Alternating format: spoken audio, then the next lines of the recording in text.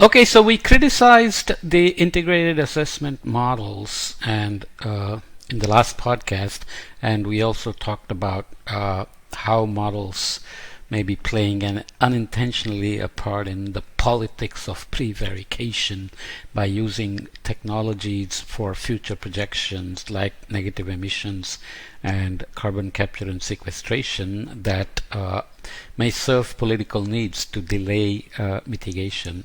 But the good people who work with IAMs, integrated assessment models, or climate policy models, as they're referred to by some, do think about how to improve them, and they're aware of some of the limitations that they tend to be technocratic, economic, and not so much behavioral in terms of including human impacts, politics, political economy, financial system into tracking future pathways. So they agree that, similar to many economic tools developed decades ago, IAMs are built on an oversimplified logic that people are rational optimizers of scarce resources. Agents, that are entities who have the autonomy and the willingness to act, agents make decisions that maximize the benefits to a country or a society. This is an assumption. Price adjustments, for example, a carbon tax, or constraints on polluting technologies alter the agent's incentives, yielding changes in behavior that alter economies and emissions. Even as the climate bill in the US is playing out, and how Democrats have essentially abandoned the carbon tax for other incentivizations and regulation-based approaches, this is obvious that IAMs would not work in that situation. So in reality, human choice is a darker brew of misperception and missed opportunity, constrained by others' decisions. In general, systemic decisions are handed down, and they tend to constrain people's ability to choose, like insurance needed, environmental tax, carbon tax, offsets, whatever may be involved. Researchers in sociology, psychology, and organizational behavior have long studied human behaviors.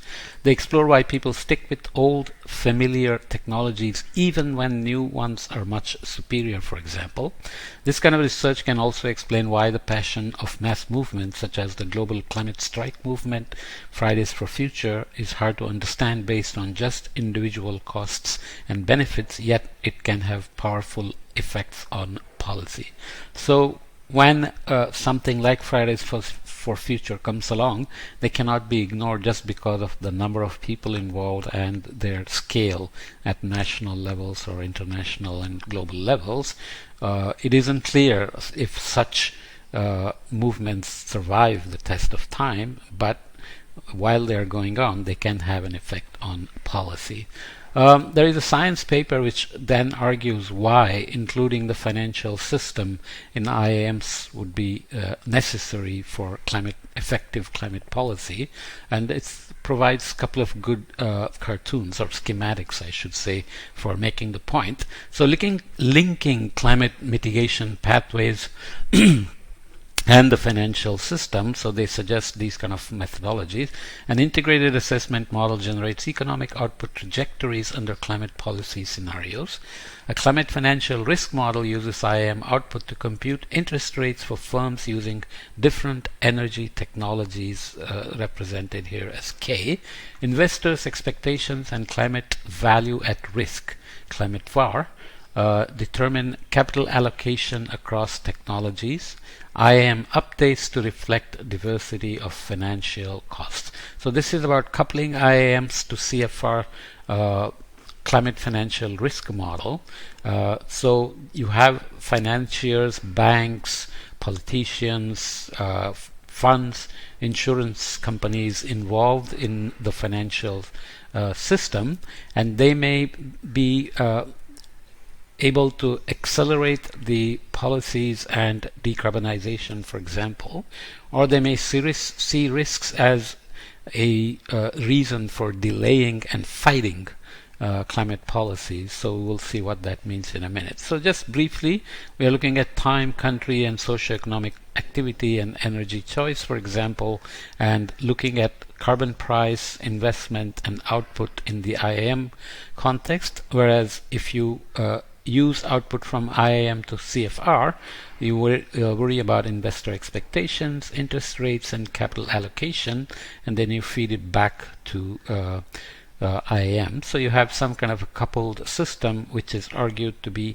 a better tool for decision making and policies in this paper. And they further go on to show that the interplay between the financial system and climate policy timing can be critical, and without including the financial system, this will be missed by IAMs. Okay, so 4 main IAM climate transition scenarios are shown here. Solid curves are the same in the top and bottom panels, which is in the next slide, and represent stylized trajectories from existing integrated assessment models. So these are just schematics.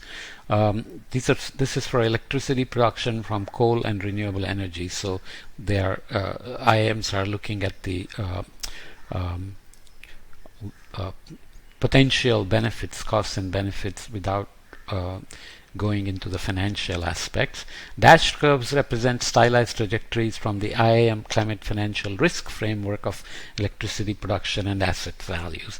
The difference between solid and dashed curves is the effect of accounting for the role of financial system into climate policy. So we're looking at just trajectories from IAM scenarios of renewables and coals, and then looking at the same things from IAM CFR framework. So if the financial system together is enabling, in other words, favoring the climate policy by somehow seeing the risk as beneficial to them if they support the transition to renewables, let's say. So schematically speaking, this climate policy is introduced here. If the financial system is enabling, then both the IAR and IAR CFR tell you that coal will be phased out. With CFR, it may the trajectory will be different, even though the exact phasing out may be about the same in terms of timing. But if you look at the renewables, you can see that just the IAMs may take this trajectory, but including the financial benefits as seen by the enabling financial system would accelerate this, even though by 2050 you may still end up in terms of the same energy output. So you accelerate this, and there are hysteresis effects, so you would reduce pollution and replace coal with renewables faster here, so the warming that you end up with may be different by 2050 in the two pathways.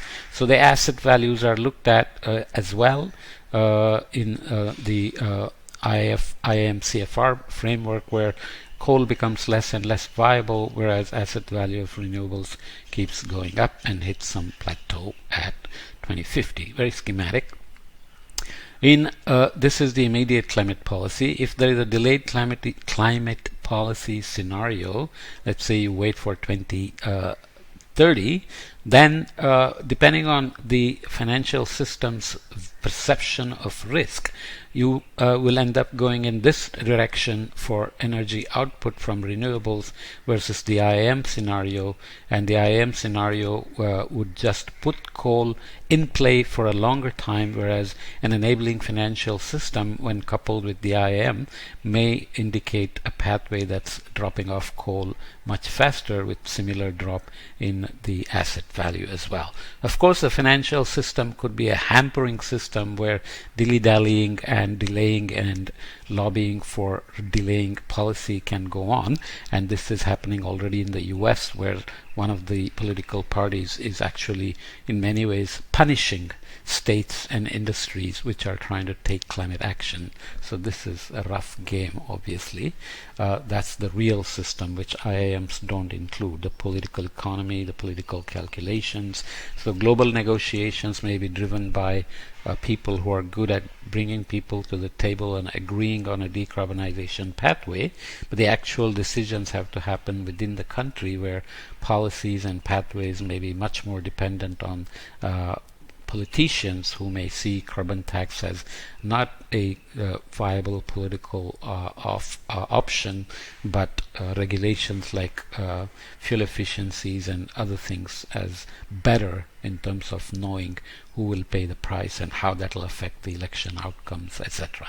So again, looking in the hampering financial system, energy output for immediate policy starting here, you see now IAMs go much faster than what the real system does, because in the coupled IAM CFR, the hampering financial system would delay the energy output from renewables because they will keep coal in play for much longer, whereas IAMs will say it will drop off faster and the asset values show similar impacts. Whereas if there is a delayed climate policy, then you can see that IAMs again in a hampering financial systems are optimistic about energy output in the beginning, and the IAM CFR system would see less energy output from renewables and more energy output from coal for a longer time.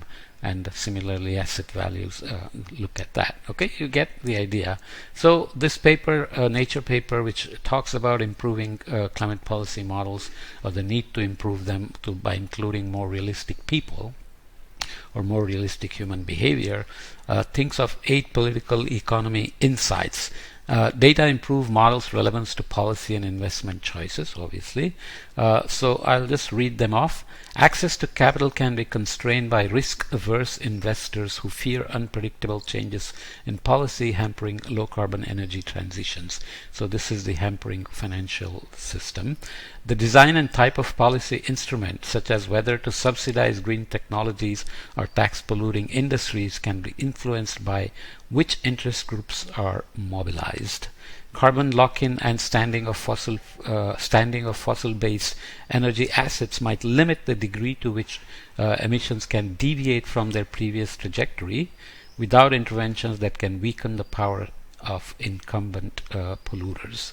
So carbon lock-in is a real thing. Just for example, in terms of the industrial complexes that are in place to produce internal combustion engine cars, if you want to switch to EV, you have to do something with them. So there is a lot of carbon lock-in involved in those kind of things, for example.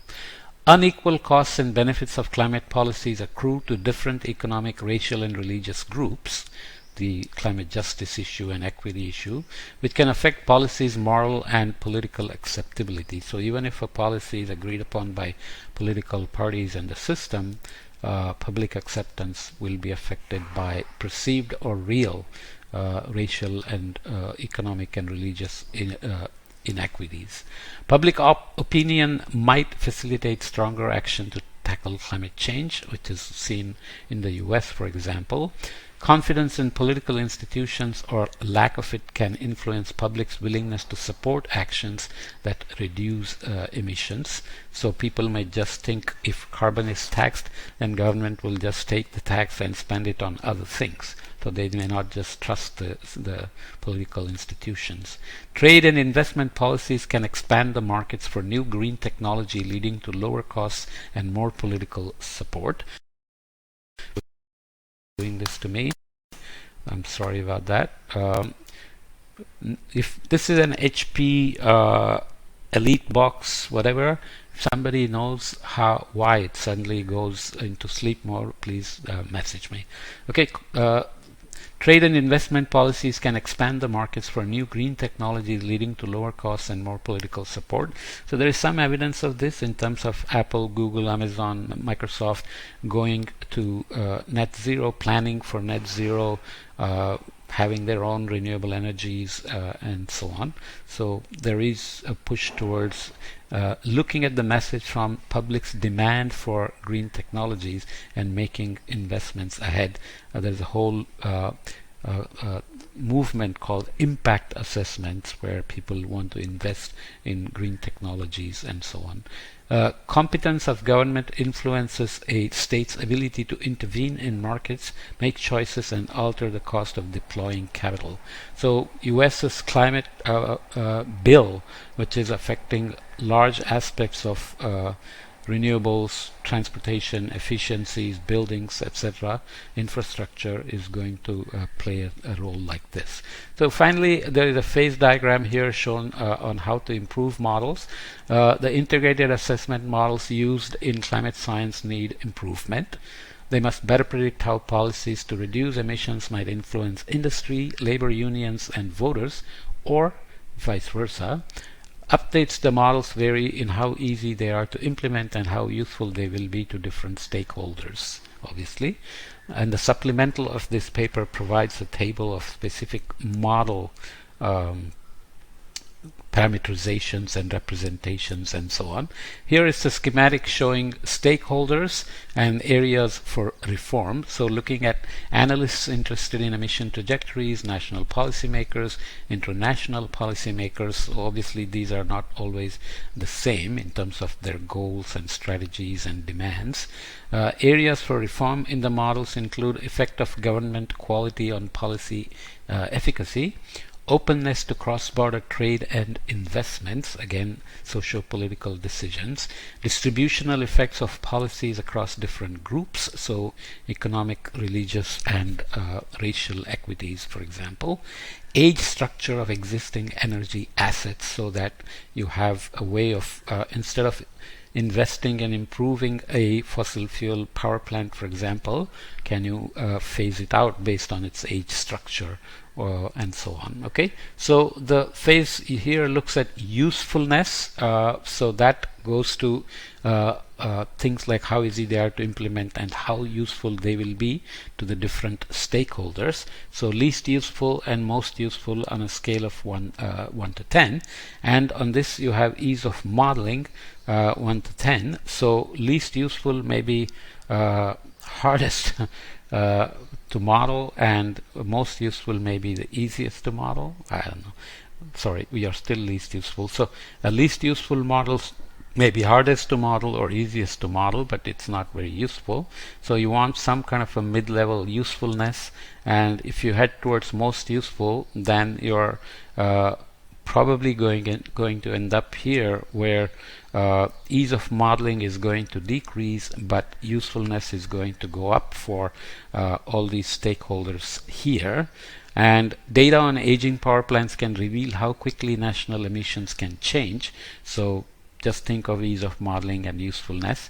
Here the role of good governance is difficult to encode, so that would increase the difficulty of modeling or reduce the ease of modeling. Well, you get the sense that there are multiple things to consider in improving the models, and especially in terms of including human behavior, political issues, governance issues, financial system issues, and so on, and risk perceptions in general, which affect human behavior, which can be climate friendly or unfriendly. Okay, so in the other context, we have talked about in general the idea of why the system itself needs to decarbonize, but this is about how to decarbonize, how to get there. So it still matters, because going with the paradigm of reducing emissions hasn't been very effective and is argued to be really not a good way to go. So if decarbonization is a better way,